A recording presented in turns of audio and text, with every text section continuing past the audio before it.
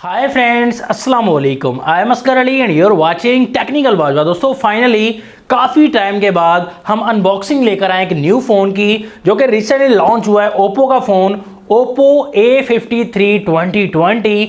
तो इस फोन की हम अनबॉक्सिंग करेंगे, तो प्रॉपर इस फोन के बारे में बताएंगे। 28,000 की प्राइस में पाकिस्तान में लॉन्च किया गया है, 4 GB रैम 64 GB की इंटरनल स्टोरेज के साथ। तो हम आपको बिल्कुल ऑनेस्ट रिव्यू देंगे और बताएंगे आपको कि बेस्ट है आपके लिए या नहीं। तो वीडियो को कंप्लीटली देखेगा। अगर चैनल नहीं सब्सक्राइब किया तो किस बात की देर है, सब्सक्राइब कर दीजिए, बेल आइकन को लाजमी क्लिक करें ताकि लेटेस्ट वीडियोस की नोटिफिकेशंस जल्दी से मिलती रहेंगी। सो न्यू फोन के साथ कर ही लेते हैं स्टार्ट।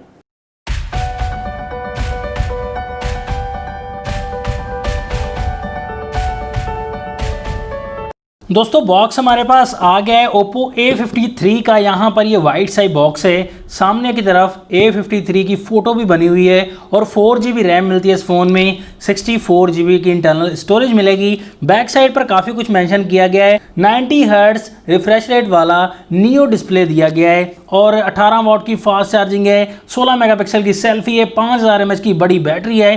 काफ़ी कुछ लिखा हुआ है। इस फ़ोन में हमें 2 कलर्स मिलते हैं, इलेक्ट्रिक ब्लैक कलर और फैंसी ब्लू कलर मिल जाता है। तो हमारे पास फैंसी ब्लू कलर अवेलेबल है। हम इसको ओपन करते हैं। इस फोन की प्राइस 28,000 रुपीज़ है, तो डिस्काउंट थोड़ा करके और कम मिल जाएगा। यहाँ पर बॉक्स को हमने जल्दी से ओपन कर लिया है। तो जैसे ही बॉक्स को ओपन किया, सबसे ऊपर पड़ा है हमारा फ़ोन की हम बाद में बात करेंगे तसल्ली से। इसके बाद एक छोटा सा फोल्डर है, उसमें हमें सिम इजेक्टर टूल मिलता है और सॉफ्ट टीपीयू केस है और कुछ यूज़र मैनुअल्स मिल जाते हैं। बॉक्स में हमें चार्जर जो मिलता है वो 18 वोल्ट का चार्जर मिलता है, 9 वोल्ट 2 एम्पेयर का। तो ये डेफिनेटली बहुत अच्छी बात है, क्योंकि फास्ट चार्जिंग इस प्राइस रेंज में हमें कम ही देखने को मिलती है। चार्जिंग केबल टाइप सी वाले मिल जाती है और हेडफोन्स का कोई भी ऑप्शन नहीं दिया गया। तो बॉक्स को हम साइड पर करते हैं, आते हैं अपने फ़ोन की तरफ। जैसे ही हमने रैपर रिमूव किया तो फ़ोन की जो लुक है वो काफ़ी डेंजरस तो नहीं कह सकते दोस्तों, लेकिन बहुत प्यारी लुक दी गई है। मेरे मुंह से निकल गया, बहुत प्यारी लुक दी गई है दोस्तों। यहाँ पर जो ड्यूअल कलर का मैशअप है, दोनों ब्लू कलर है, स्काई ब्लू और डार्क ब्लू का जो मैशअप है वो काफ़ी इंटरेस्टिंग लग रहा है दोस्तों। ये शाइनिंग भी बहुत कमाल की दी गई है, काफ़ी ज़्यादा शाइनिंग है। ये स्क्रैचेस पड़ सकते हैं लेकिन दिखने में काफ़ी कमाल है बैक साइड से ये फ़ोन। दोस्तों बैक साइड से ये फ़ोन आपको ग्लासी लुक प्रोवाइड कर रहा है, लेकिन असल में ये प्लास्टिक बॉडी है, पॉलीकार्बोनेट से बैक साइड से बना हुआ है। फोन में बैक साइड पर ट्रिपल कैमरा सेटअप दिया गया है और डिजाइन लेटेस्ट दिया गया है। 13+2+2 मेगापिक्सल का ट्रिपल कैमरा दिया गया है, 2.2 का अपर्चर दिया गया है। तो अपर्चर को कम करना चाहिए था, मेन कैमरा का थोड़ा अपग्रेड जरूर करना चाहिए था इस प्राइस में। एलईडी फ्लैशलाइट मिल जाती है और बैक पर ही आपको फिंगरप्रिंट भी मिल जाता है। ओप्पो की ब्रांडिंग है और यही 5000 mAh की बहुत ही बड़ी बैटरी लगा दी गई है। राइट साइड पर पावर लॉक अनलॉक का बटन है, ये पावर ऑन ऑफ बटन भी है और ऊपर की तरफ फोन में कुछ नहीं मिलता, ब्लैंक है। लेफ्ट साइड पर सिम ट्रे में 3 स्लॉट वाली मिलती है, ड्यूअल सिम प्लस में SD कार्ड एक ही वक्त में यूज कर सकते हैं। और लेफ्ट साइड पर ही आपको वॉल्यूम की रॉकर्स मिल जाते हैं अप एंड डाउन। और ये ड्यूअल कलर का मैशअप भी आप देख सकते हैं, साइड से भी बिल्कुल मैच कर रहा है, 2 कलर्स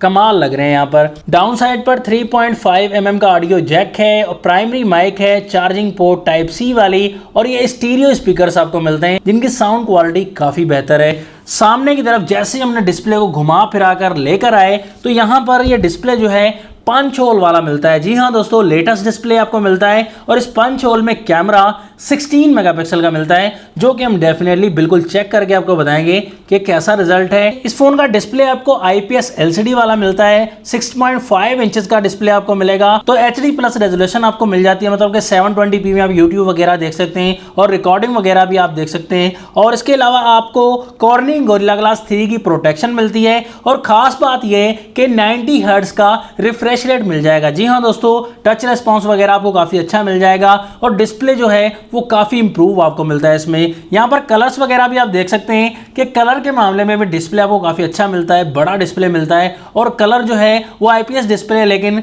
कलर के मामले में आप डिस्प्ले के कलर्स जो देख सकते हैं वो बेहतरीन कलर हैं। सैचुरेशन काफ़ी अच्छी मिल जाती है। अगर फुल HD+ होता तो और बेहतर होता, लेकिन यहाँ पर भी कलर काफ़ी अच्छी मेंटेन कर रहा है। ये फ़ोन हमें Android 10 के साथ मिलता है। ऑपरेटिंग सिस्टम हमें स्किन जो मिलती है वो कलर OS 7.2 वर्जन की मिलती है, जो कि आप देख सकते हैं इसमें काफ़ी ज़्यादा फंक्शंस हैं। यहाँ पर आपको डार्क मोड का ऑप्शन मिलेगा, स्क्रीन रिकॉर्डिंग का ऑप्शन मिलेगा, ओप्पो शेयर का ऑप्शन मिलेगा। बहुत से ऑप्शंस यहाँ पर ऐड कर दिए गए हैं और स्किन में भी काफ़ी चेंजिंग की गई है। फोन में प्रोसेसर आपको मिलता है, न्यू प्रोसेसर है स्नैपड्रैगन का 460 11 नैनोमीटर पर बेस्ड है। जो इसकी फर्स्ट 4 कोर्स है वो 1.8 गीगाहर्ट्ज़ पर वर्क करती हैं। तो मेरे हिसाब से ज़्यादा पावरफुल तो नहीं कहेंगे, लेकिन अच्छा प्रोसेसर है। इसे हम चेक करके बाद में बताएंगे, लेकिन PUBG के मामले में सोच रहा हूँ नॉर्मल चल तो जाएगी, लेकिन हम PUBG टेस्ट की एक अलग वीडियो बनाएंगे, उसमें आपको डिटेल से बताएंगे कि PUBG इस फोन में कैसी चलती है। मेरे हिसाब से इसमें प्रोसेसर जो है वो चेंज करना चाहिए था, कुछ अपग्रेड जरूर करना चाहिए था।